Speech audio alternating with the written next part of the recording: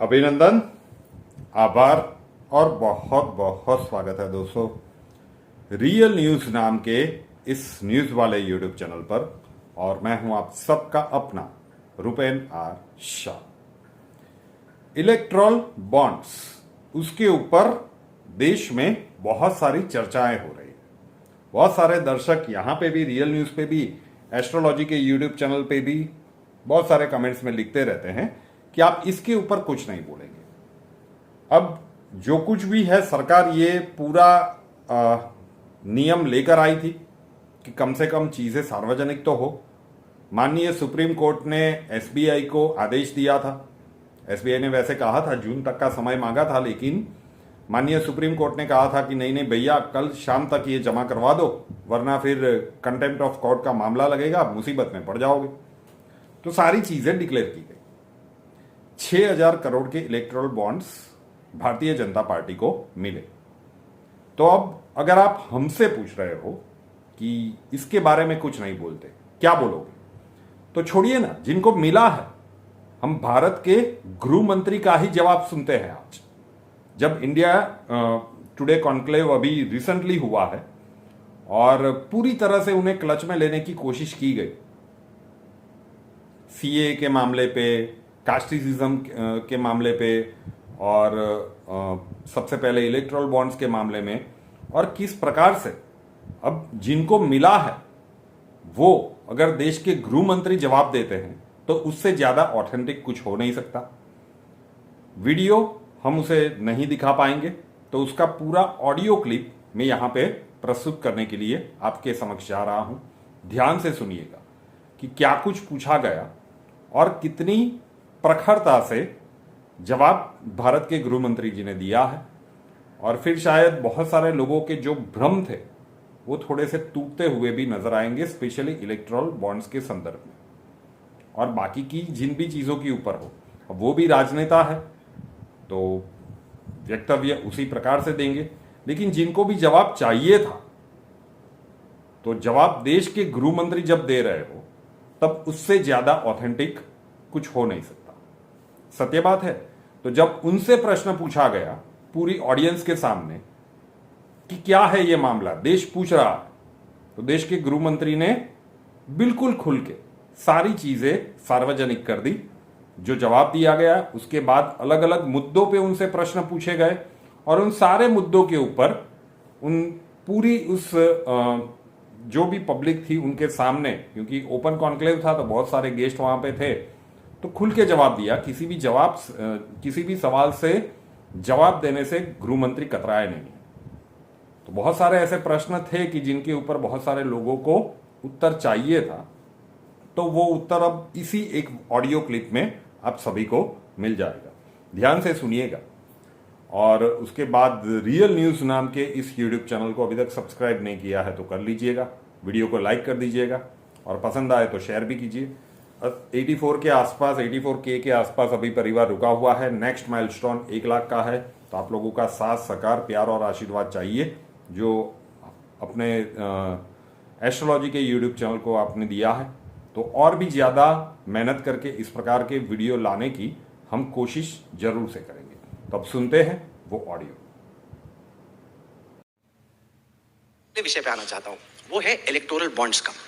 Electoral bonds की सूची public हुई, उसके बाद सब जगह चर्चा चल रही है, सब अपनी गणित, अरिथमेटिक, मिनिस्ट्री सब लगा रहे हैं। 2-3 चीजें निकल के आ रही हैं। पहली बात तो ये कि जो टॉप 30 डोनर हैं उनमें से कम आधे पे कुछ ना कुछ किस्म का सीबीआई या ईडीआई का कोई केस चल रहा है। तो राहुल गांधी पीसी कर रहे हैं, विपक्ष के नेता बोल रहे हैं, वो कह रहे हैं कि ये उगाही का मैकेनिज्म हो गया कि एक तरफ से एजेंसी भेजते हैं, दूसरी तरफ से बोलते हैं इलेक्टोरल बॉन्ड ले लो, तो फिर हम नहीं करेंगे। ये जो पूरा पॉलिटिकल विवाद बन रहा है इलेक्टोरल बॉन्ड्स को लेकर, उस पर गृह मंत्री जी आपका क्या कहना है? इलेक्टोरल बॉन्ड ये भारतीय राजनीति में से काला धन समाप्त करने के लिए लाया गया। भारतीय जनता पार्टी को अप्रोक्सीमेटली 6,000 करोड़ के बॉन्ड मिले हैं। टोटल बॉन्ड 20,000 करोड़ के हैं। तो 14,000 करोड़ के बॉन्ड कहां गए? मैं बताता हूं। टीएमसी को 1,600 करोड़ के मिले, कांग्रेस को 1,400 करोड़ के मिले, बीआरएस को 1,200 करोड़ के मिले, बीजेडी को 775 करोड़ के मिले और डीएमके को 639 करोड़ के मिले। देश में हमारे 303 सांसद है, हमें 6000 करोड़ के बॉन्ड मिले हैं और 242 सांसद जिन पार्टियों का है, इसको 14000 करोड़ के बॉन्ड निकले। क्या शोर शराबा कर रहे हो भाई? मैं दावे से कहता हूं, जब हिसाब खुलेगा ये लोग आपको फेस नहीं कर पाएंगे। सर, जो इलेक्टोरल बॉन्ड्स में जिन कंपनियों के नाम आए उनमें से कई ऐसी हैं जिन पे कोई ईडी सीबीआई का केस चल रहा है, और दूसरा जो देश के सबसे बड़े औद्योगिक घराने हैं जिनको लेकर इतनी पॉलिटिक्स होती रहती है, उन्होंने क्या डोनेट नहीं किया किसी को? उनका नाम तो कहीं नहीं। तो आप क्या कहते हो कि आजादी से अब तक वो औद्योगिक घराने ने डोनेट ही नहीं किया है? किया ही है। तो इसका हिसाब कहाँ है? मैं पूछना चाहता हूँ। नाम भी नहीं आए हैं बॉन्ड के कारण, तो नाम तो आए हैं। क्या गोपनीयता की बात कर रहे हैं लोग? करोड़ों रुपयों का चंदा लिया कैश में, 12 लाख करोड़ के घपले घोटाले भ्रष्टाचार किए, जेल में जा रहे हैं और हमसे हिसाब मांग रहे हैं। हमने तो काला धन को समाप्त करने के लिए बॉन्ड लाए थे। मैं आज देश की जनता के सामने आपको सवाल पूछना चाहता हूं, बॉन्ड आने से पहले चुनाव का खर्चा कहां से आता था? वो काला धन था या हिसाब किताब का धन था? ये बॉन्ड का धन काला धन नहीं है, और कांग्रेस पार्टी को गोपनीयता से मतलब नहीं है। जब कैश से चंदा लेते हैं तो 100 रुपया पार्टी में जमा कराते हैं और 1000 रुपया अपने घर में रख लेते हैं। ये कांग्रेस पार्टी ने सालों तक ये व्यवस्था चलाई है। पार्टी के नाम से 1100 रुपया लेते हैं, 100 रुपया पार्टी में जमा कराते हैं और 1000 रुपया घर में रख लेते हैं। बॉन्ड अगर 1100 को लेते हो तो 1100 रुपया बैंक अकाउंट में जमा होते हैं। जरा उनको कोई पूछे तो, आप हमें इतना पूछ रहे हो चप चप चप चप कर कर, उनको 4 सवाल तो पूछो, बिठाओ यहाँ पर। आई नहीं, इनवाइट किया था, आई नहीं कोई। सर, संविधान में लिखा है कि देश का कानून किसी भी एक धर्म के खिलाफ कोई डिस्क्रिमिनेशन नहीं करेगा, भेदभाव नहीं करेगा। सवाल ये पूछा जा रहा है कि अगर क्रिश्चियंस आ सकते हैं, पारसी आ सकते हैं, एक सेकंड, हिंदू आ सकते हैं, राहुल, सिख आ सकते ये आपका अपना सवाल है या विपक्ष के लोगों का? स्पष्ट करो। दोनों का।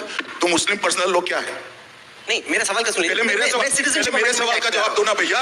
मुस्लिम पर्सनल लॉ क्या है? आप नहीं समर्थन करते हो? मैं तो यूसीसी का समर्थक हूँ, एकदम यूसीसी होना चाहिए। तो ओवैसी को भी पूछो, धर्म के आधार पर कानून नहीं होना चाहिए, वो कहने वाले मुस्लिम पर्सनल लॉ का समर्थन करते हैं। क्या समझ रखा है सबको? किसी में सोच नहीं है क्या? मैं बताता हूं क्यों इसमें 5 ही धर्मों को लिया गया है। पाकिस्तान में आजादी के वक्त 23% हिंदू थे, 23%। आज 2.7% है। कहां गए भाई? धर्म परिवर्तन 23 से 2.7 कहां गए? धर्म परिवर्तन हो गया। बेशुमार अत्याचार हुए, महिलाओं के साथ बलात्कार हुए, बच्चियों को उठा ले गया, बालिग बच्चियों के साथ निकाह पढ़ लिया गया। वो कहां जाए? वो भारत की शरण में आए। बांग्लादेश में लगभग 23% हिंदू थे, आज 10% से कम बचे। कहां गए? या तो भारत की शरण में आए या तो उनका धर्म परिवर्तन हो गया, अपना सम्मान अपनी मान्यता खोकर आज जी रहे हैं। और 2 लाख से ज्यादा 1990 में सिख और हिंदू अफगानिस्तान में थे, आज 378 है। कहां गए? और वो लोग अपना धर्म, अपना सम्मान, अपने परिवार की महिलाओं की इज्जत बचाने के लिए भारत की शरण में आए हैं और ये कहते हैं हम इनको नागरिकता न दें। क्यों ना दें? इनका अधिकार है। उनका अधिकार जितना मेरा और आपका है उतना ही अधिकार इस शरणार्थियों का है और वो देना चाहिए। पाकिस्तान अधिकृत कश्मीर को हम लोग इंडिया मानते, अखंड भारत का हिस्सा मानते। वहां पे अगर किसी का उत्पीड़न हो रहा हो या फिर कोई बलोच हो जो कि वहीं की परिस्थितियों से परेशान है, उसका एक्सप्लॉइटेशन हो रहा है। पाक ऑक्यूपाई कश्मीर भारत का हिस्सा है, इसमें हिंदू मुसलमान का सवाल पैदा ही नहीं होता। वहाँ जो मुसलमान है वो भी हमारे हैं, वहाँ जो हिंदू है वो भी हमारे। ये बड़ी बात बोल रहे हैं आप। बड़ी बात क्या है? मैं पार्लियामेंट में बोला हूँ। नहीं कि अगर पीओ शो को बड़ा मत बताओ। मैं फिर से कह देता हूँ, पाक ऑक्यूपाई कश्मीर भारत का हिस्सा है, वहाँ का मुसलमान भी हमारा है, वहाँ का हिंदू भी हमारा है। सर, एक जो आरोप लगता था भारतीय जनता पार्टी पे पहले कि इस तरह के जो बयान आते हैं, अलग अलग कॉन्स्टिट्यूशन बदल देंगे या फिर नथुराम गोडसे को लेके, अब